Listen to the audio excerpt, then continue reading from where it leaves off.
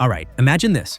You wake up, grab your phone, scroll for a bit, and suddenly, boom, the most final-looking dummy units of Apple's upcoming iPhone Ultra, or Fold, whatever they end up calling it, just casually leak online. And these aren't the usual vague prototypes. These look finished, like this is what you're getting finished. And honestly, Apple's made some choices here that are definitely going to split opinions. Now, starting with the iPhone 18 Pro, there's not much to say. It looks almost identical to the 17 Pro. Same overall vibe, same design language.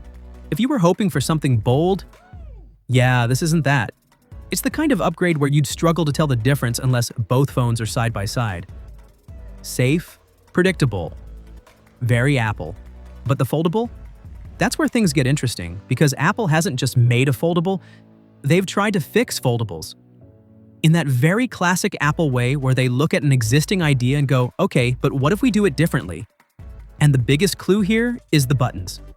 So unlike something like the Huawei Pura X Max, which by the way goes for that more conventional side button layout, Apple's done something unexpected.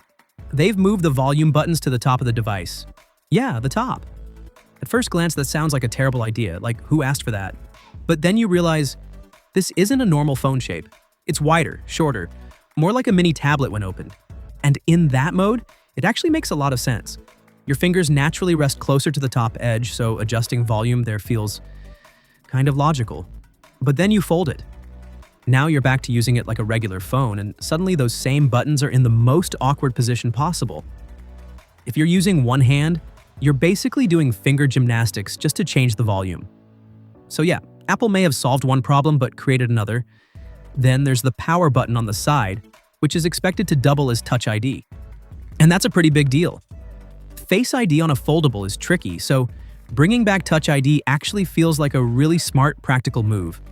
Although, there's also this weird cutout on the side that looks like a 5G antenna, but it's placed exactly where you'd expect a volume rocker to be. It's super clean, almost too clean, which makes you wonder, what if that's actually some kind of touch-sensitive control? Or Apple's hiding something there. Wouldn't be the first time. But stepping back, this whole design tells you something important about Apple's priorities. They're not trying to make the best normal phone that folds. They're trying to give you a small iPad that can also become a phone. The tablet experience comes first. Everything else adapts around that, and honestly, that's a pretty bold call. Because with any two-in-one device, there's always a trade-off. You can't have perfection in both modes. Apple's just chosen which side matters more to them. The real question is, are people going to agree with that?